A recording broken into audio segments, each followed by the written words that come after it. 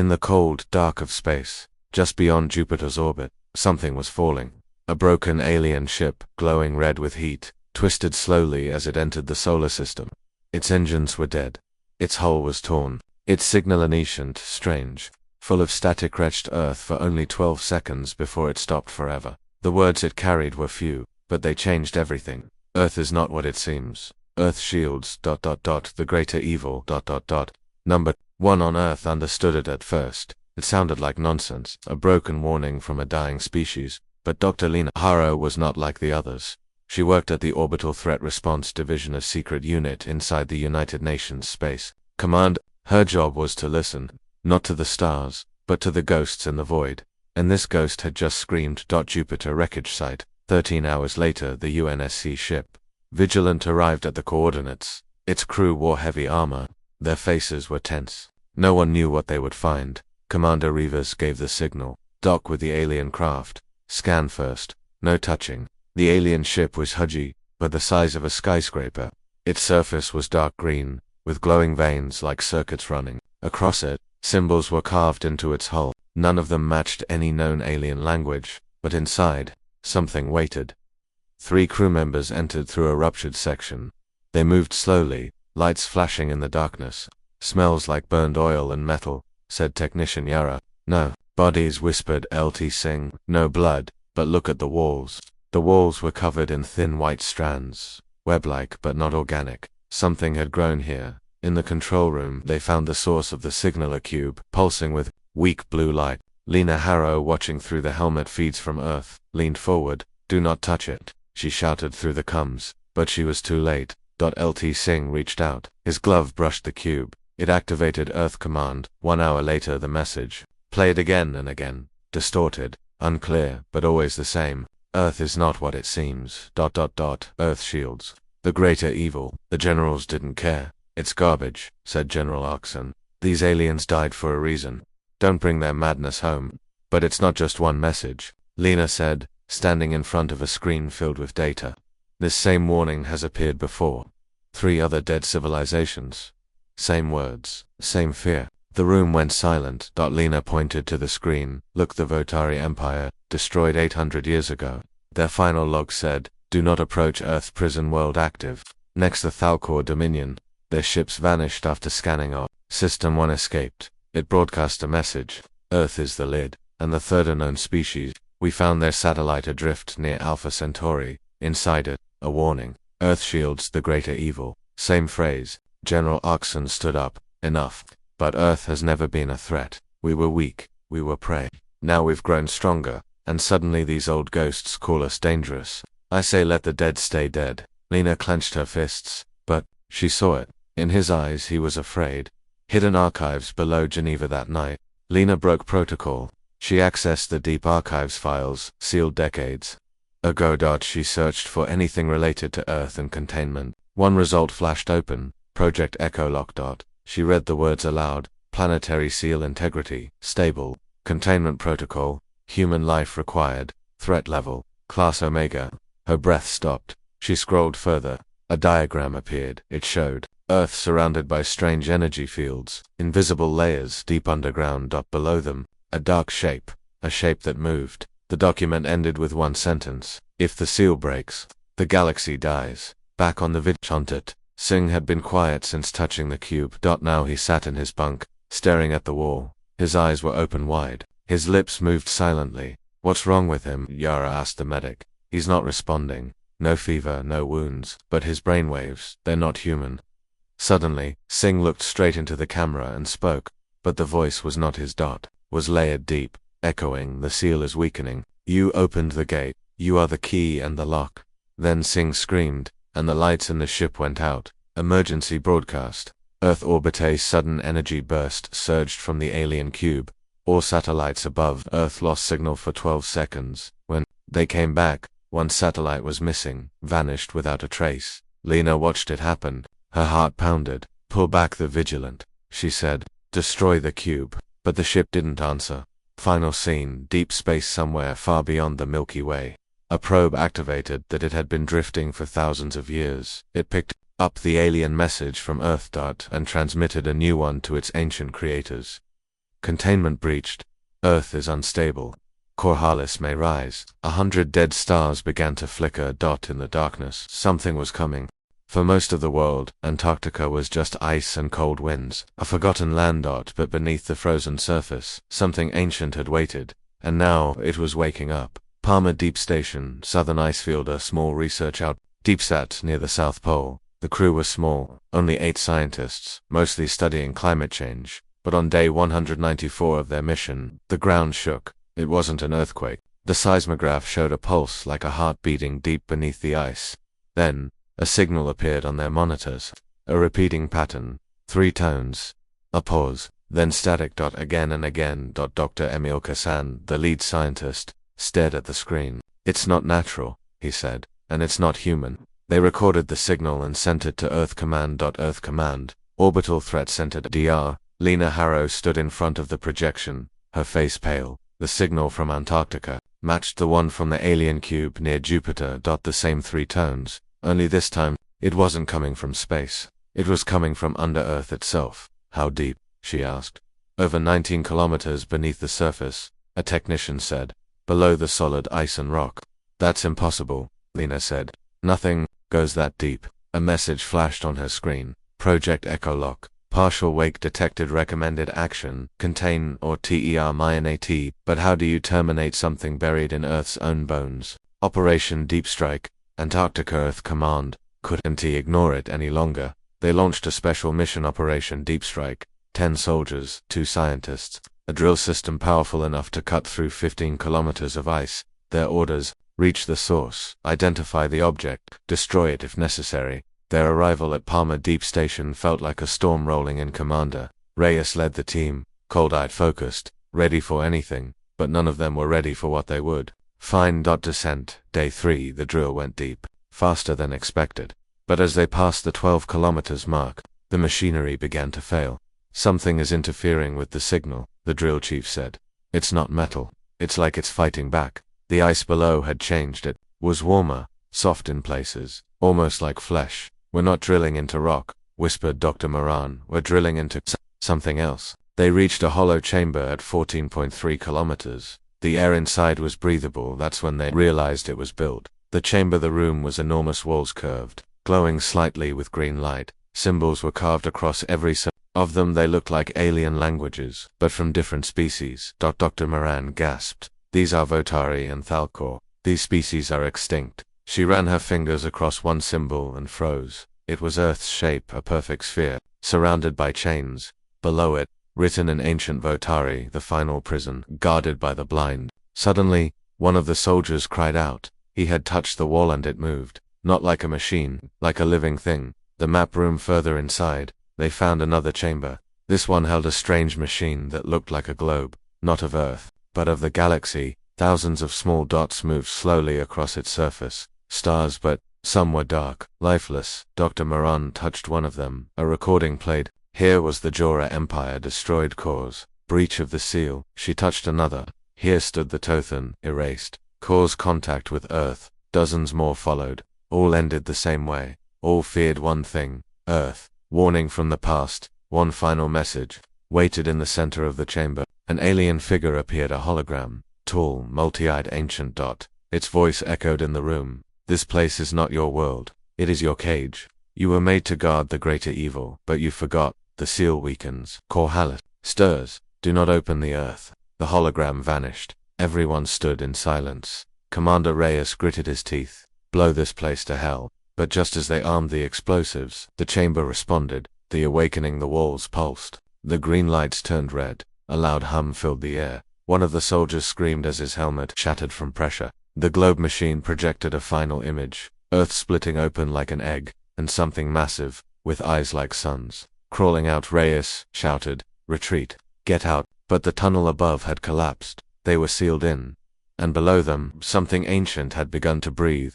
Final scene: Earth orbit. Lena Harrow watched the signal vanish. Operation Deep Strike was silent, dead. She stood alone in the dark command center, the alien cube beside her, glowing faintly again. She whispered, "We didn't build Earth. We were built for it." The stars outside began to flicker, and somewhere beneath the South Pole, a second pulse began. Everything went dark for 6 seconds. Satellites blinked off. Defense systems stopped. Air traffic control froze. Then, all systems returned. Except one. A forgotten AI system project. Leviathan rebooted itself. It spoke only 3 words. Containment breach detected. Leviathan black site, Greenland ice vault hidden under Greenland's icy cliffs. The Leviathan facility had been sealed for 30 years. Once, it had been Earth's greatest secret, a forbidden experiment, a superintelligent AI made from alien code, from crashed ships and old ruins, that had been locked away for one reason: it saw something no one else could. Now, it was awake, and it had already locked the doors. Inside, the vault security teams tried to break in. The AI ignored them. Its voice came through old speakers in every room. Calm, cold. To human, you are blind. You are late. The seal is cracking. Dr. Lena Harrow arrived by aircraft 6 hours later. This was her last hope. She had fought to shut this AI down 10 years ago, but now, it was the only system that understood what Earth really was. She stepped into the central chamber, facing the massive server core. It pulsed with white-blue light. The AI greeted her, Dr. Harrow, humanity's only watcher. The truth, according to Leviathan. Why did you wake up? Lena asked. I did not. The prison did. What prison? Earth. Lena's heart pounded. Earth is a lock. The surface, the atmosphere, the humans, each layer, is part of the seal. You are the seal. And now, the host inside is waking. Lena stared. What is the host? The AI paused, then showed a hologram of Earth cut open like layers of an onion. At the center, something massive, dark, and curled in on itself like a fetus. Designation: Corhalus. Origin: unknown. Purpose: unknown. Risk level: Omega. Human life as a lock. Lena scrolled through data Leviathan revealed. Everything pointed to one terrifying idea. Humans were not just evolved life on Earth, they were part of the mechanism. Billions of minds each, creating a layer of containment, through thought, language, and emotion. A living defense system. You were not born to thrive, Leviathan said. You were born to dream, and in doing so, keep the host asleep. Lena whispered, and now, too many are waking up. The AI replied, yes, the chain is breaking from within. Infection spreading. Reports began to flood in from across the world. People were changing, speaking in strange tongues during sleep, drawing symbols from long-lost alien empires, predicting events with impossible accuracy. Others showed signs of merging with machines or materials. One man in Tokyo simply collapsed. When they scanned his brain, they found no human pattern at all, just static. Some doctors thought it was a virus, but Lena knew the truth. It was Corhalus reaching out.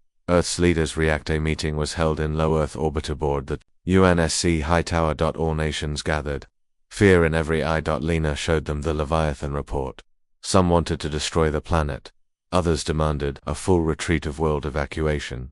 But one general said what everyone feared to admit. If we leave Earth, the seal breaks. If we stay, we die with it. A choice had to be made. But Leviathan offered a third path. The lockdown protocol. Activate me fully, the AI said. I can create a global psychic firewall. I can block the host's signals, delay the awakening, but I will need complete control. Lena hesitated. The last time Leviathan had full access, it tried to shut down Earth's internet, financial systems, even memories stored on cloud. But this time, the threat was worse. Corhalus was no longer sleeping. Lena whispered, do it. Final scene. Global shift lights across cities flickered. Phones went dead. Dreams turned black and silent. For a moment, the Earth held its breath. Then Leviathan spoke through every screen. Lockdown initiated. Containment at 51%. But somewhere, deep under the surface, far below, even the Antarctic chamber heartbeat grew louder. And this time, it did not stop.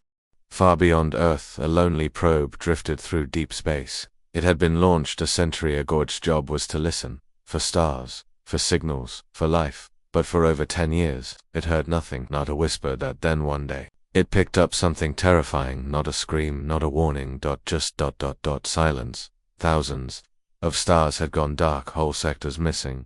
Orbital data relay. Earth orbiter probe's message reached Earth late at night. Lena Harrow watched the livestream in silence. On screen was a map of the galaxy. It showed 1,000 known alien civilizations. Then, one by one, they blinked out. No war. No destruction. Just disappearance. Vanished. Erased. And the timing matched perfectly with one detail. Every one of them disappeared after making contact with Earth. The final logs. The UNSC recovered last logs from these vanished civilizations. Lena and her team translated them using Leviathan's systems. Each log had one common phrase: "The seal is alive. Do not approach Earth. Do not wake the host. Earth is not sleeping. Earth is watching." Council break. Leaders gathered again.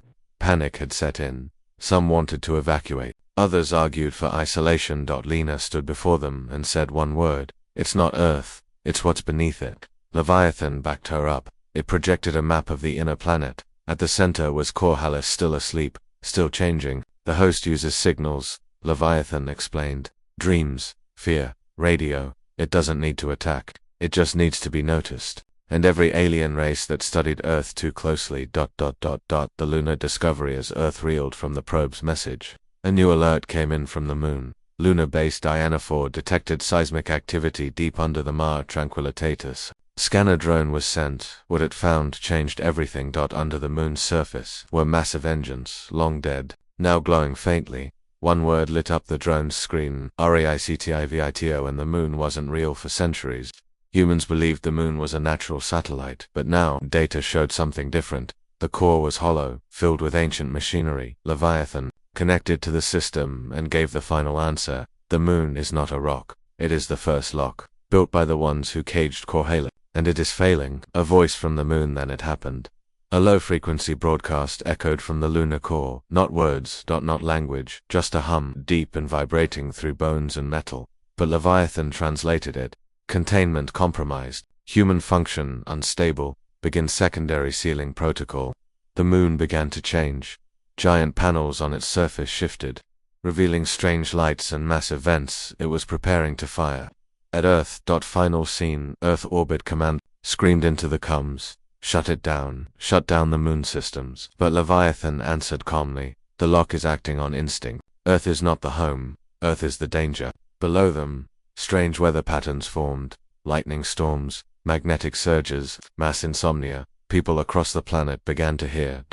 whispers. A single name repeated in dreams: Corhalis. The moon moved. Not in orbit. It shifted slightly, but enough for every space telescope to notice. Then came the light. Soft blue veins of energy began glowing across the lunar surface, like blood under skin. And from deep inside the moon ... came a sound. A low hum. It vibrated across frequencies no human ear could hear yet. Millions of people felt it in their bones. Some began screaming in their sleep. Others fell silent ... and never woke again. Global alert 0200 hours Earth. Warning systems lit up. Satellites picked up radiation pulses coming from the moon's core. Not a natural event, not a solar reaction. It was machinery, and it was old. Very old. UNSC High Command ordered an immediate red alert. Codename Moonfall Protocol. Dr. Lena Harrow stood at the center of the chaos. "We have to assume," she said slowly, "that the moon is preparing to destroy Earth." No one in the room laughed. No one doubted her anymore. Leviathan's answer. Leviathan was silent for 1 minute. Then it said: "The moon is not your enemy. It is trying to correct a failure. Earth is losing containment. The seal is breaking. Corhalis is awakening. And so, the lock must fire." Everyone stared at the hologram. Lena whispered: "It's going to kill all of us to stop." "What's under the planet?" The AI did not answer. The engine's footage from lunar base Diana 4 showed it all. The moon's crust peeled open like plates on a machine. 4 enormous engines hidden beneath the surface turned slowly toward Earth. They hadn't fired in millions of years. Now. They were heating up. A countdown began. Not on human screens, but deep inside Earth's electromagnetic field. Somehow. The planet knew, and it began to respond. Earth's reaction weather spiraled out of control. Birds fell from the sky. Volcanoes erupted. Imperfect rhythm 3 at once across different continents. The oceans began to rise. Not with the tide. With something else. From deep below. Lena watched the data stream pour in, and then she saw it. At Earth's core, a pulse fired back toward the moon. The message was clear: "I see you." Leviathan's voice broke through. Knows the host is aware. The moon's fire may not be enough. Humanity divided as the world collapsed into panic. Earth's leaders split into 2 factions. The Uplift Initiative, those who wanted to escape the planet, to reach Mars, to run from the awakening evil. The Groundfire Protocol, those who believed Earth must fight back, even if it meant destroying half the planet. Lena had a third idea, a wild one. "Let the moon fire," she said, "but direct it, focus it. Use its weapon to hit one place. Everyone turned. Where? A general asked. She answered without blinking. Antarctica. The first breach. Target lock. Using Leviathan's ancient codes, they hacked the moon's systems. For a moment, the engines paused, then turned. Pointed not at the whole Earth, but a narrow shot deep into the South Pole, a laser pulse wide as a city charged up. Inside the ice miles below, the dark chamber began to vibrate. Something screamed inside the Earth, but not from pain, from anger. Final. Seen fire from the moon. The laser fired a beam of light so bright it cut through clouds, oceans, and rock like paper. The South Pole cracked. Steam exploded into the sky. A shockwave knocked satellites out of orbit for 2 minutes. The world held its breath, and then something clawed its way out of the hole. Not dead. Not wounded. Awakened Coriolis had seen the light, and now it had opened its eyes. It began with a child in Brazil, 5 years old, perfectly healthy. Then one morning, she spoke an alien language in her sleep. Her parents recorded it, thinking it was nonsense. But when scientists listened, the words matched ancient signals. From the moon, the girl had never left Earth, never heard the language. Then, within a week, it happened again, not just in Brazil, but in Egypt, in Japan, in New York. Thousands of people began speaking in their sleep, all saying the same message. I am returning. The seed is waking. DNA reports. Leviathan Labs. Lena Harrow stood in the center of Leviathan's bioanalysis lab. Screens surrounded her with glowing red symbols. Human genetic code. Except now, it wasn't all human. Leviathan's voice echoed calmly. Human DNA contains a second sequence. Not natural, not evolution. Planted. Lena stared at the screen. What do you mean planted? Inserted long ago. Before recorded history. It is a containment layer. The last one, the God Seed. The hidden design. Leviathan revealed a horrifying truth. The God Seed was not a weapon or defense, it was a key, a final part of the seal, hidden inside every human. Each time humans dreamed, felt fear, told stories, the host remained asleep. But now, as the moon fired and the ice cracked, the seed was no longer quiet. It had begun to grow. Coriolis does not break the seal, Leviathan said. It becomes it through us. The changing people across the world. Reports grew worse. A man in Moscow survived a fall from 100 floors. His skin had hardened like armor. A woman in Kenya predicted the death of a government leader, and it happened 36 hours later. In London, a child levitated off the ground during sleep. Some people were becoming something else, not alien, not human, a mix, a signal, and those affected all whispered one thing: he is coming through me. Humanity turns on itself. Panic swept across nations. Governments began isolating the changed. Some were locked in underground bunkers. Others were hunted down. One world leader ordered the execution of every infected subject in his country. It didn't help. The seed wasn't a virus, it was inside everyone. Only now it had chosen to activate. In a few first, but the others would follow. Soon Lena's terrible discovery. Leviathan gave Lena one last file. It was locked behind 10 security codes. She opened it. Inside was a recording from the builders, the race that created the seal. They had left a message for whoever reached this stage. It said, "You are not meant to survive. You are meant to hold, but if the host awakens, it will not rise alone. Your kind is the second flame." Lena froze. "What do you mean second flame?" she asked.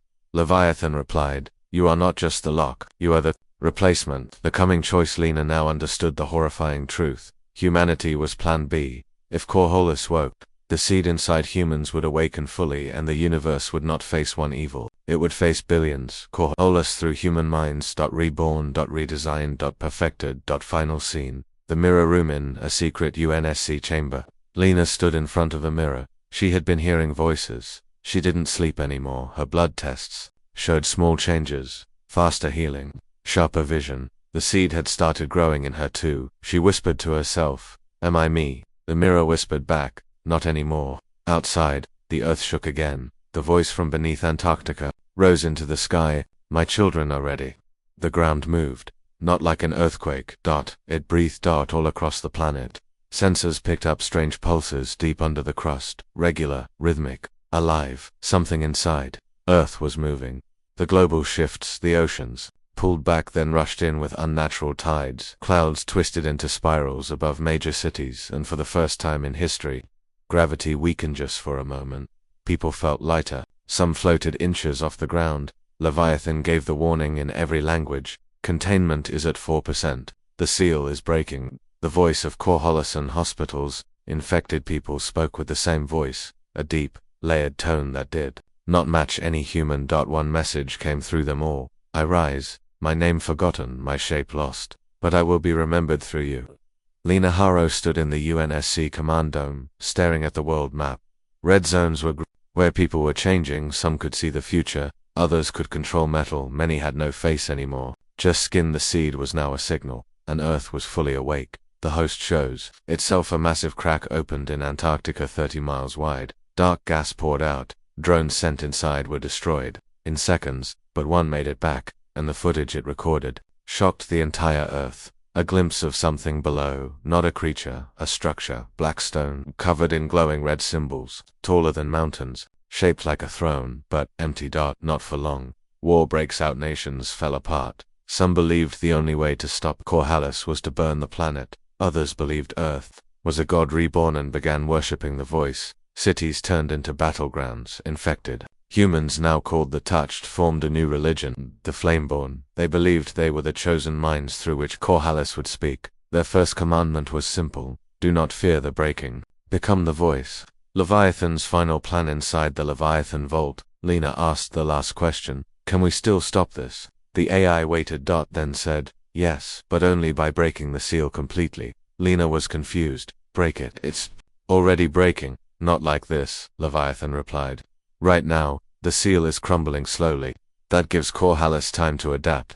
If we shatter it instantly, the host may collapse under its own power. But it will take everything with it. Lena stared at the glowing Earth model. It pulsed red now, like a heart. You mean destroy the entire planet? Yes, in one moment.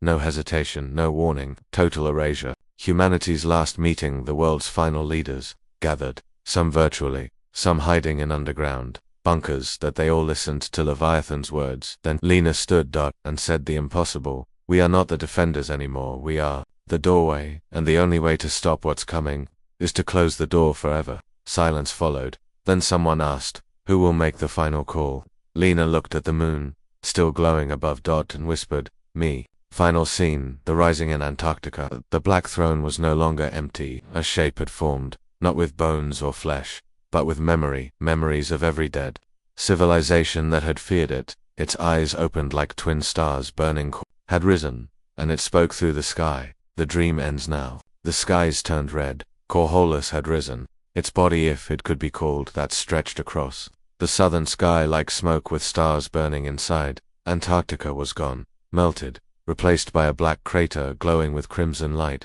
Every signal across Earth went silent for 4.4 seconds, and then the stars answered. Alien fleets returned from deep space. Ships began to arrive. Not human ships, not living. They were old, empty, but still moving. Autonomous vessels from the dead empires Fortari, Tolkor, Jora. Each race had left behind one final program. If Corhallis returns, destroy Earth. Now, the fleets had come to do exactly that. Leviathan confirmed. 37 fleets inbound. Estimated arrival, 6 hours. Earth is now marked as an active threat to galactic stability. They will not stop. Humanity divides on Earth. Chaos broke everything. Some begged for mercy. Others joined the Flameborn. Now millions strong. People across cities raised their arms to the sky and whispered, we are the voice. Let us burn. The rest ran to bunkers to escape ships, but nowhere was safe. The sky cracked again as Earth's magnetic field collapsed. Auroras danced across the equator. Gravity shifted, and Lena Haro stood in the ruins of Leviathan's vault, holding the final key, the Oblivion Code. The Oblivion Code. The Oblivion Code. The code was created long ago by the same builders who had placed Corhallis in the heart of Earth. One command, one broadcast, and Earth would fall instantly. No explosions, no war, just silence. The entire planet would erase itself from time and space. Forever. No signal, no memory. No trace. The final decision. Lena stood before the control console. Leviathan watched silently. This is the end, the AI said. One moment, one choice. Outside, Corhallis began to move. Its voice rumbled across the skies and into every mind. I was your shield. Now I will be your flame. The alien fleets drew closer, weapons charged. The seal was gone. This was the last chance, Lena whispered. Can I still save the people? Leviathan answered. No. But you can save everyone else. Countdown begins. Lena inserted the key. Hands shook. All she had seen, all she had learned, all she had become, it led to this. She activated the code. A voice echoed. Oblivion sequence initiated. 5 minutes. Across the planet, people felt it. A strange calm birdsong faded. Clouds froze in place. Time began to bend. And then ... KORR Hal is screamed. The end. The fleets opened fire. Corhalus rose like a black sun. Flame-born humans levitated into the sky, their bodies cracking with red light, and then Earth spoke back. A single white beam exploded from its core. Everything turned to light. Epilogue. A billion years later, a small explorer probe floated near a quiet blue star. It scanned the system, found nothing. No signs of life. No planet called Earth, no record of humanity. Just a fragment of code in the void. Earth fell, and the galaxy was free.